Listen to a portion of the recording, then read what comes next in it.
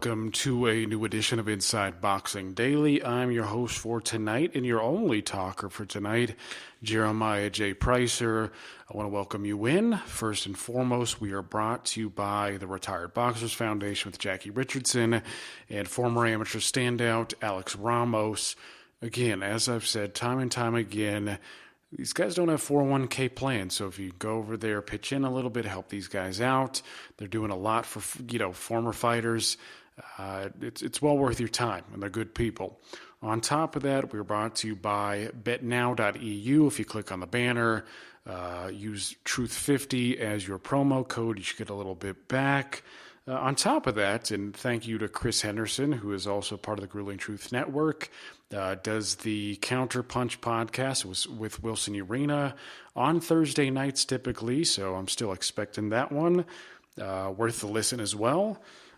He also got us another, I don't want to say sponsor, but something to help you guys out if you feel so inclined. But you can go to sportsautographs.com. So it's sportsautographs.com, and you can enter Grueling15 as your promo code. That gives you 15% off of the merchandise. Again, I've seen some of the memorabilia they've got. They were selling Riddick Bowe signed trunks. I think they had a Michael Jordan rookie card, a good number of things over there. So if you're a collector, go over there, take a look, have a peek, help us out, help yourself out. Anyways, let's get this ball rolling here. Okay, so I know the show's been inconsistent.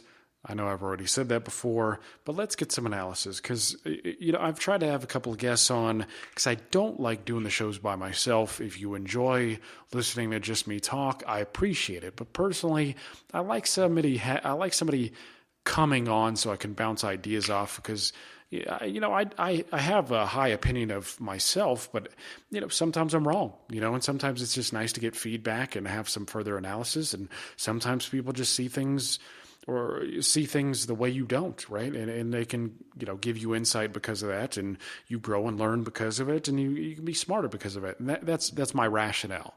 But since it's me, we're just going to go with the flow tonight. And I'm going to talk a little bit about what I saw on the weekend. And it was a big, the clash on the dunes, the big Anthony Joshua, Andy Ruiz rematch. I want to talk a little bit about some of the undercard fights, however. There were some good ones. I thought it was a pretty good card from top to bottom. Some interesting things to look forward to. There were a couple of good fights on there. I'm going to start with Filip Hrgovic versus Eric Molina. Because I actually didn't catch the fight beforehand. I was busy, so I didn't get to see it. Anyways, I did go back and watch it, however, but I'm just not going to talk about it because the guy was overmatched. Anyways, Hrgovic versus Molina. Now, a lot of people are familiar with Molina. He's fought Deontay Wilder. He's faced Anthony Joshua. He's a serviceable veteran. He's got pretty good technique. He's pretty wily in there. He knows his way around the ring. In this one, he just seemed to be outgunned. I mean, he didn't look very good in the first two rounds. He did sort of get it together a little bit later, but he kept bending down at the waist, and he kept complaining about some of the punches that Hrgovic was landing. And personally, and I thought the referee did a good job, so there's no complaints on my part, is that Molina kept bending down and kept getting hit, and then he would complain about it. And I was under the impression that what he was doing was not legal. I mean, he looked as if sometimes he was bending down below his waist in an effort to avoid that big right hand of Hrgovic, and it was just too much. He wasn't being smart. He wasn't being crafty in the right way. He should have been tying him up, doing other things, moving around the ring. I'd heard that he got a fuller camp for this. At least the commentators pointed out that Molina got a fuller camp for this than he did against, Anthony Joshua? Maybe I'm mistaken there. It doesn't matter. Anyways, Hrgovic looked pretty good. He's big, he's stiff, his technique is all right. I like what I saw early. He was aggressive. He went to go get it. He was shooting for the knockout. As Molina started to make it a little bit more difficult on him, he didn't wilt. He didn't seem bothered by it. His amateur experience, it was pretty evident. He didn't get frustrated at all. My problem with him is he started taking a number of clean punches, and he did do subtle things. He was taking the steam off some of those punches, but he did take a good number of right hands cleanly. I just don't like that, and that's not to say that eventually somebody's going to catch him. Maybe he'll learn from this. Maybe he'll adapt. He'll become more fluid. I'd like to see it, but he's just so stiff that I have a hard time believing he's ever going to be a defensive master. He could be good, but in terms of great, I just don't see it. But you never know. I've said this on the show with Mike, and we've talked about the heavyweight division time and time again.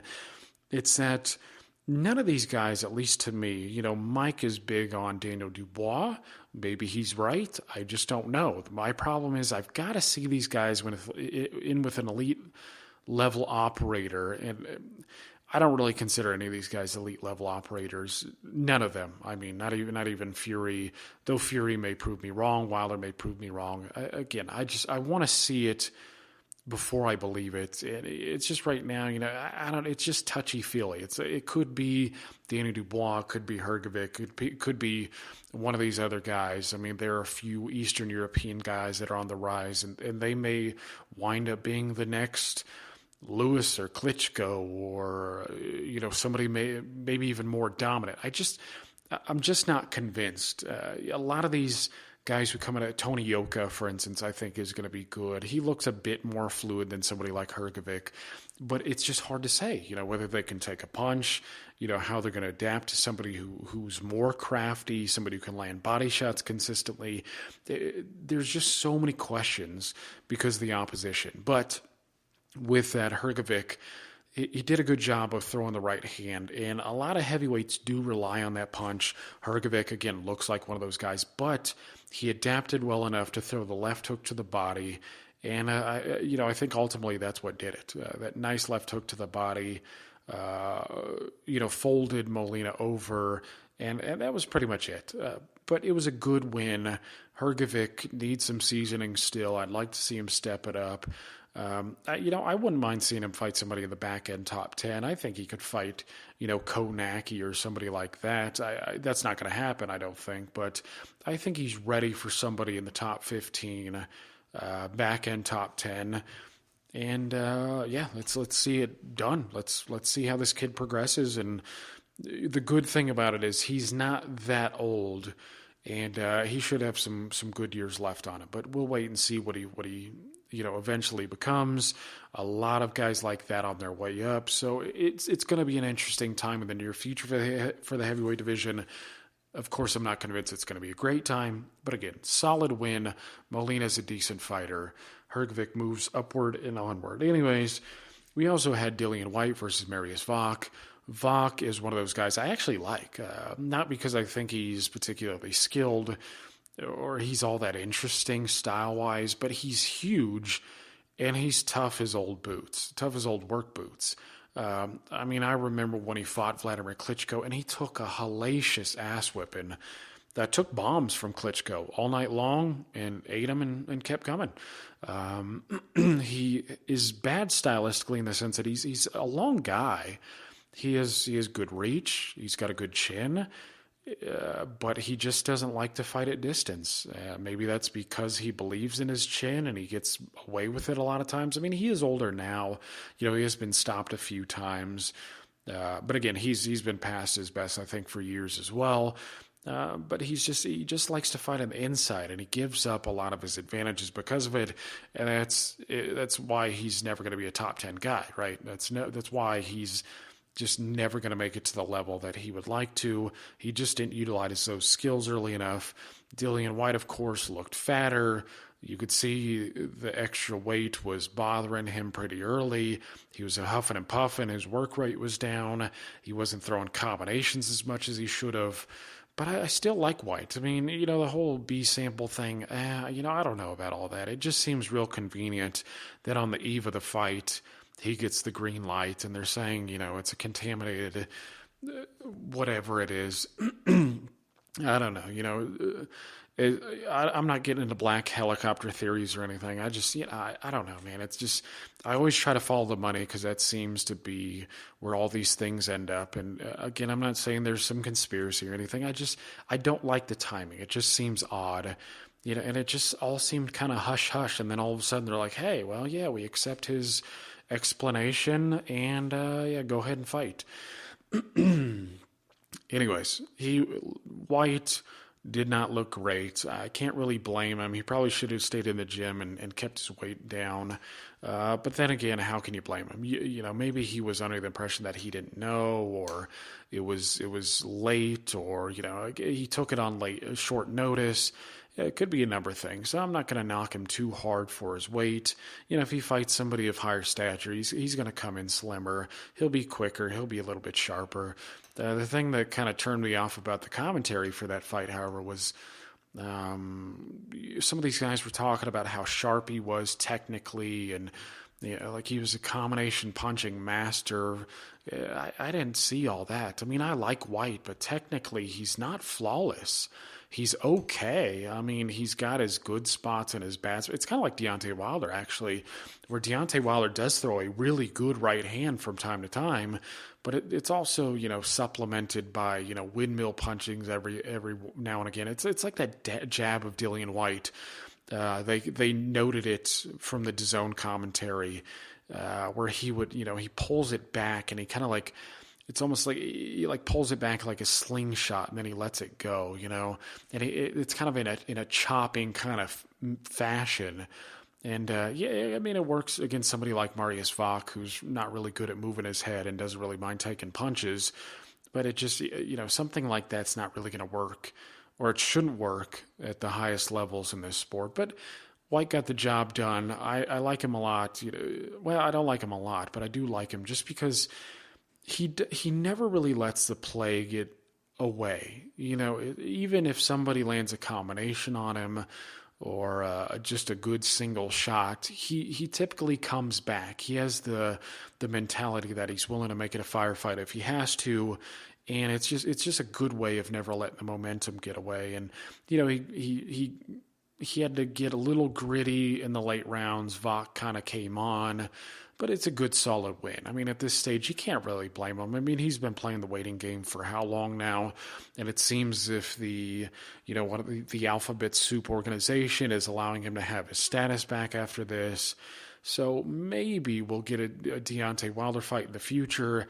It's kind of hard to say, though. I mean, if Deontay Wilder's fighting Fury early next year, and Anthony Joshua beats Kubrat Pulev, who I'm pretty sure he's going to fight early next year, and they want to get serious about this, about these heavyweights now because they don't want any more hiccups. Well, Deontay Wilder might, the winner of Deontay Wilder and Tyson Fury may get Anthony Joshua late next year. So if that's the case, White is just going to have to stay busy. I mean, I've heard that he's already talking about fighting Alexander Povetkin. I think that's a good styles matchup. I think it'd be fun. I have no issues at all with that. And speaking of Alexander Povetkin, they were on the undercard. They were the fight before the big fight, and it was Alexander Povetkin versus Michael Hunter. I don't need to give a whole lot of background here, but Michael Hunter fought Alexander Usyk. He was pretty competitive in that.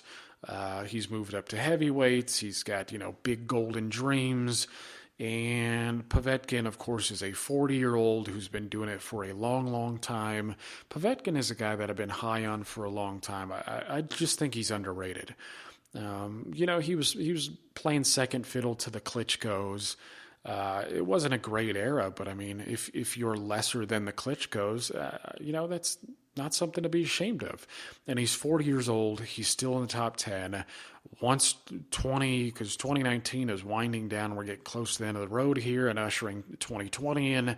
Povetkin will have been ranked, once this year closes out, Povetkin will have been ranked for, what is it, like 12 of the last 13 years?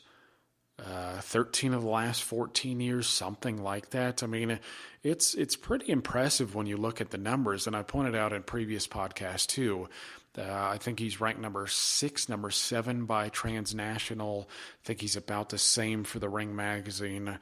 The guy's been really damn impressive. And for him to be fighting at this level at 40 years old, I think is, and he's not a big guy either. He's not one of those guys who is, he relies more on his athleticism. He relies more on his timing, his speed, his accuracy. Guys like that, guys who are bigger and more lumbering, I think they can get away with it longer because they don't have to rely so much on the smaller details. But for Povetkin to be doing it, again, I'm impressed. And it was a damn close fight. It seemed as if most people scored it for Michael Hunter. There were a few Povetkin cards I saw sprinkled in, a few draws. But everybody, most people that I saw after this didn't really have a problem with the draw. I didn't either. It was one of those fights where Hunter came out really strong, and then Povetkin started to figure him out. I think even Chris Mannix for DAZN had Povetkin winning, if I'm not mistaken. But yeah, it was just one of those fights where, do you like Hunter's volume or do you like Povetkin's harder shots, right? To me, Hunter, statistically he landed more jabs and he landed more shots overall, but he didn't seem to be as damaging. His jab really didn't seem to be all that effective. Besides the first round and the 11th round, there were a lot of really close rounds. How Mannix was shading some of them gray. I think you could have done that to most of those rounds. To me, it just seemed like Hunter wasn't really that effective with his jab. He seemed a little, once he got hurt by Povetkin, I think in the third round or fourth round, he seemed a little weary of Povetkin's power. And as, who was it, Brian Kenny or Chris Mannix pointed out, you could have counted that one shot. I'm trying to think of what round it was exactly, but Hunter stumbled back, and you could have counted that, again, not on your scorecards because it wasn't official, but that was almost, you almost could have counted that as a knockdown. So it just seemed to me that Povetkin was landing the harder shots. Povetkin did seem stunned in the first round. It did seem, he was obviously bothered in the 11th as well, but he just seemed to take the shots significantly better than Michael Hunter did. And again, to me, it was one of those things. It's like, do you favor, the volume or do you favor the harder shots? I didn't really have any problem with the decision. I wouldn't mind if they have a rematch. But again, if they're talking about doing Povetkin and White, I don't have any problem with that either. I think it's a good styles matchup. You're talking about two guys who are generally aggressive, hit hard, have some nuance. I'm all for it. Again, and kudos to White if he takes it, because he's been fighting a lot of tough opposition, and he probably deserves a little more credit for it. Anyways, and where does Hunter go from here? I saw him run a poll on Twitter asking, what the people want. Do they want the Povetkin rematch? I think that was the last time I saw it. I think that's what most people voted for. We'll see. We'll see how it goes. Either way, I'm looking forward to seeing both these guys fight, all of these guys fight. And of course, the main event, the big one, the rematch, which was the most anticipated fight for a lot of people out there. Not for me personally. Again, anybody who listens to the show regularly knows that the heavyweights don't do it for me like some of the other divisions do. But this was an interesting scrap. We did a writer's prediction article, and I think it ended up being 8-5 in Andy Ruiz's favor. So most people thought that Andy Ruiz was going to repeat or get close to what he did in the initial fight. I guess there was a feeling that Andy Ruiz just kind of had his number, that his hand speed was just too much. And, a lot of them, obviously, there were some, but some of them didn't take the weigh-in all that seriously, and it's hard to sometimes. Looking at Andy Ruiz as 265 or 263, whatever he was in the first fight, and then looking at him at 280 something, you can tell that there's a difference. But he was wearing the tank top and he was wearing a sombrero, and a lot of people were saying, hey, he had stuff in his pocket, or the sombrero weighed 5 pounds, so he's probably this or he's probably that. But a lot of people clearly didn't take that serious enough to think that it would change the course of the fight. They just figured Andy Ruiz's style was the bane of Joshua's existence, and he would get the job done again. And unfortunately, it was the weight, at least partially, that did it. I mean, I'm not going to put it all on the weight, of course. I'm just saying that it was a factor. I really think that even if Andy Ruiz had shown up at 245, he would have had a real tough time with Anthony Joshua's style. He's just not that quick of foot. And the fact that Joshua chose to box smartly and not get into these firefights like he did in the first fight was really, really what did the trick. And again, if you think of Andy Ruiz as a 245-pound guy, 250-pound guy, 255, something like that, had he lost 10 pounds like Anthony Joshua did, he would have been quicker of hand and foot. But does he track Joshua down? I don't know. Like, I was thinking about that yesterday because a lot of emphasis is being put on the weight. And again, I am putting emphasis on the weight as well because I do think it was a factor. But I also am not sure as to whether it mattered. I mean, even if Andy Ruiz would have came in the lightest of his career, would he really have been able to track Anthony Joshua down? It's a tough question. I mean, I can't say for certain, but it plays a role. Ruiz is just not that quick with his feet. He's like most heavyweights. He plods, he steps forward and he relies on his hand speed to get the job done. I mean, if you watch the Joseph Parker fight, he had a problem with Joseph Parker's movement as well. And that's part of the reason why, heavyweights who have quick feet are usually so good because it's a rare trait. But I think he's having regardless if he wins or he loses, it doesn't really matter. He's having a tough night with that Joshua regardless. But at 283, you're just limiting your success because as I noted on Facebook, I think the night of the fight was that Andy Ruiz's clearest strength was his hand speed, and he failed to utilize it to maximum effect by putting on extra pounds. And, red flags went up in my mind when he was being interviewed. I think it was by Chris Mannix, when he tried to bullshit the interviewer by saying, I weighed 260-something the morning of, and then I had meals and water, et cetera, et cetera. And, the interviewer was asking, okay, so you put that amount of weight on in that short a time? And, he said yes. I mean, it just immediately I became, my bullshit detector went off because it just didn't make sense. You put on all this weight, you were 260-something in the morning, and then, a few hours later you're, 283.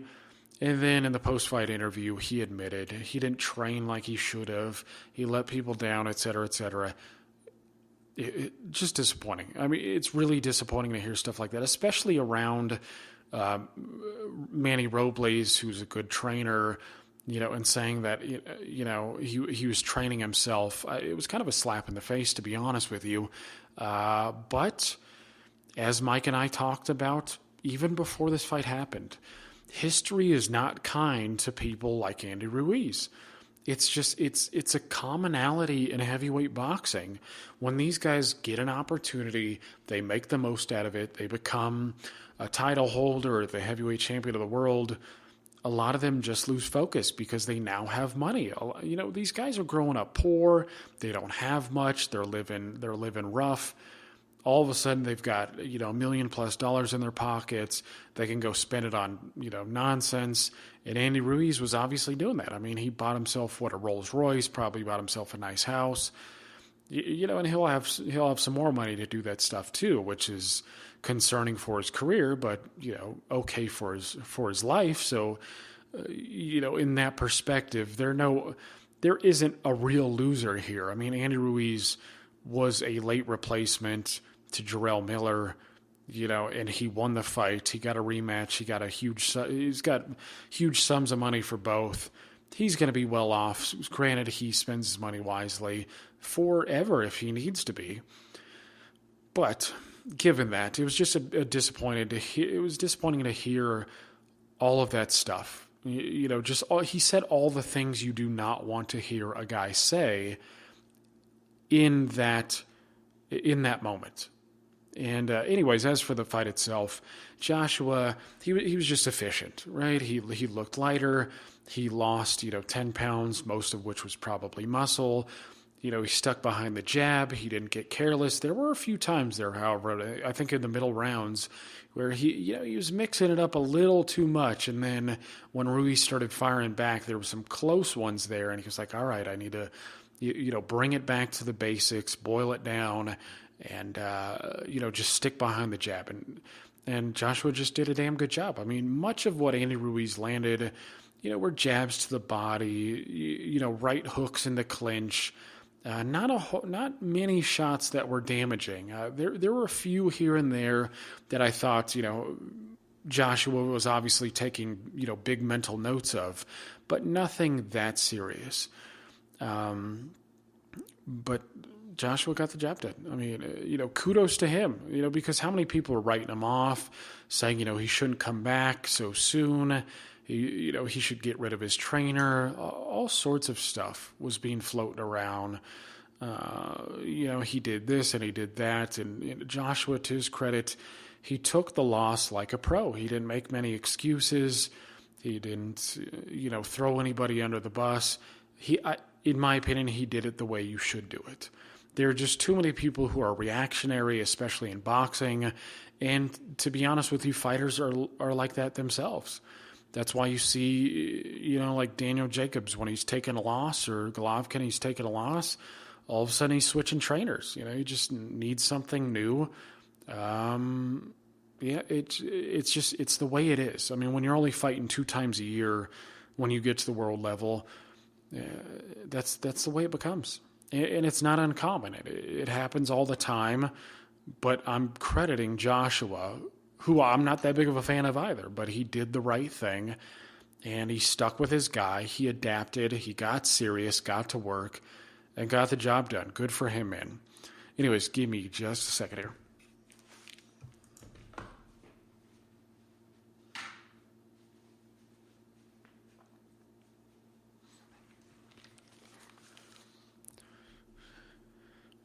Anyways, so with that, I think, you look at the rankings now and you look at the heavyweight landscape, and Anthony Joshua is a player again. And Transnational, we voted. I was really looking forward to these rankings because, they sent them out on Sunday. They're like, hey, we're making changes to this division, pound for pound, whatever it is, whatever is relevant for the week. And I was really looking forward to these because I couldn't wait to vote Anthony Joshua into number 3. And I think most people would agree with that assessment. I've looked at the Ring Magazine's rankings, and after looking at everybody else's input from Transnational, number 3 seems to be the correct position. I noticed ESPN put Anthony Joshua number 2, but I think that's just controlled by Dan Rafael. So there's, whenever one guy is doing it, you always got to be a little weary because there's always bias involved. There's bias involved no matter how many people are participating, but having a group like Transnational does, and when you're talking about tens of guys, it's a moderating factor for your bias because other people are voting certain ways. And to be honest with you, there seems to be a good level of objectivity for Transnational. But I was eager to vote Anthony Joshua into the number 3 spot, and that was the initial proposal. So I'm happy with the initial proposal, and I'm happy I got to vote him in number 3. Anthony Joshua does, again, when you break it all down, his resume is still the strongest of any heavyweight, arguably the strongest. It's stronger than Deontay Wilder's. But, because his resume is tough, but I think when you have to account for the loss and the fact that he had that hiccup to a guy who was not even ranked by Transnational beforehand. And that's why I had a problem with them putting Andy Ruiz number 1 after that. That didn't make much sense to me either. I don't know how you go from, out of the rankings because you're inactive, all of a sudden you're the number 1 guy in the world. Again, that just didn't follow. And I think John Einrenhofer has rightly pointed that out as well on Twitter, on the show, etc. But because of the hiccup and the fact that Fury and Wilder keep winning, you just have to put those two guys in the number 1 and number 2 slots. And because of that, and it's very important, the Tyson Fury Deontay Wilder rematch proposed in February will be for the heavyweight championship of the world. Now, I know some people already have Tyson Fury as the lineal champion. I'm okay with that. Again, I don't accept the claim, but I don't make a big deal either way, because because he should have beaten Wilder. I mean, he should have a win over him. And if he goes and he gets a job done in, the same fashion, but without the knockdowns, he's the man. He's the champion. He's the man who beat the man. Again, counting all those previous title defense, against Seferi and all these other people. I'm not into that stuff. Otto Wallin. Again, you've got to act like a champion, the PEDs and all this other stuff. Again, I'm not going to get into a big debate about it. I just don't make a big deal about it because it seems like others are. They're like, oh, lineal this, lineal that. I mean, some of them don't make half the stink about all the alphabet soup nonsense that they do for the lineal championship. I'd rather hear about the lineal championship, whether it's a bullshit claim or not, or it's partially bullshit or not, than, the WBC nonsense that I'll talk about here in a minute. But the fact is, regardless, Tyson Fury and Deontay Wilder are the number 1 and number 2 guys in the world. And if there's a clear winner from that person will be the heavyweight champion of the world. And that is a significant accomplishment. There aren't a whole lot of guys, in this day and age where things are muddier than they've ever been. That's a hell of an accomplishment, no matter who picks up the W. So I'm looking forward to that. It's going to be an interesting fight. A lot of people are going to tune into that too. But I'm just looking forward to it mostly. Not because, I didn't really think the first fight was all that interesting either. There was a lot of jabbing and the guys looking at each other. When you look at the work rate and you break down the stats and everything, it's not a great fight. I wouldn't even classify these as good fights, honestly. We play a bunch of videos over at The Grueling Truth on our Facebook page. And I was watching Tony Lopez and Rocky Lockridge, yesterday? And some of these other fights, Tommy Morrison and Carl the Truth Williams. Some of these old heavyweight fights. Burt Cooper, Evander Holyfield, Burt Cooper, Michael Moore. To me, Fury and Wilder, I'm looking forward to the rematch, but it's mostly because it's for the heavyweight crown. I'm not watching it for the action. Hardly any of these heavyweight fights have sustained action. So worry about that. That's what I'm saying. Worry about all that. Worry about, the fact that it's going to be for the heavyweight championship of the world. Now, speaking of, a lineal claim, or, what should become, undisputed, is that the WBC is doing what the WBC does best and what they've been doing a lot of lately, and that's just muddying the waters even further. Okay, so now Devin Haney is getting surgery, and they are giving him the status of champion in recess. And in his absence, I don't even know how long he's going to be gone, but in his absence, they're already lining up Luke Campbell versus Javier Fortuna for the vacant WBC email title that Devin Haney received not that long ago. So this is what we now have. And again, this is why I encourage people over and over and over and over and over again, and I'm going to do so until I'm blue in the face, but encourage people to stop worrying about the alphabet politics. Now you have a champion in recess in Devin Haney. You've got a Campbell and Fortuna fighting for the vacant email title in his absence, and then you have Lomachenko as the franchise champion.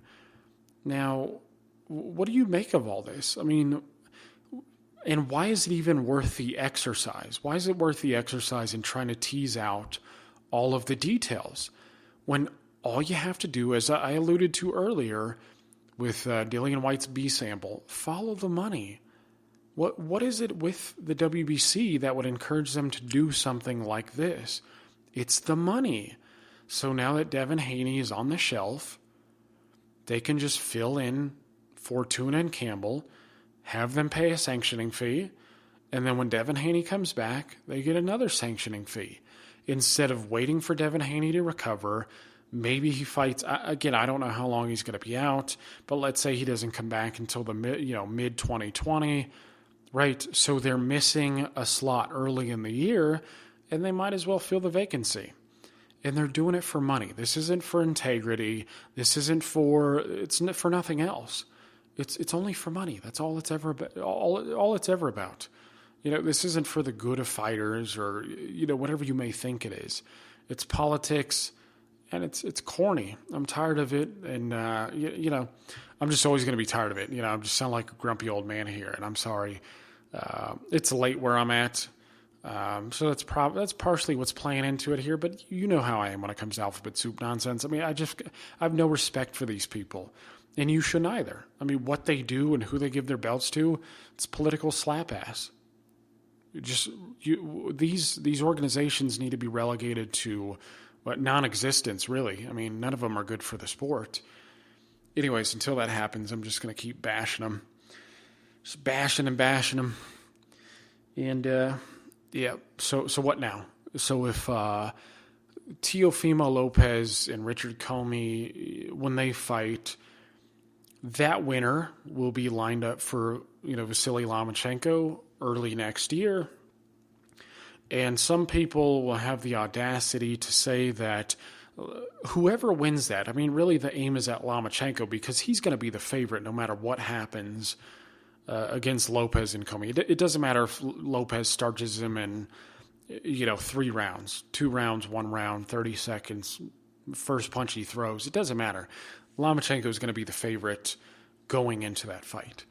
And so whoever wins that fight, but I'm going to talk about Lomachenko a little bit more again because he's going to be the betting favorite, and much of the criticism is being levied at him. So if Lomachenko beats the winner of Lopez and Comey and Lopez, sorry, then what? He's not the undisputed champion of the world? I mean, who should really buy that claim? Who should really think that he is not the lightweight champion of the world? I don't see any reason to accept that, especially, again, I don't even know. Let's imagine that Devin Haney is out until mid-2020 or late 2020. It doesn't matter.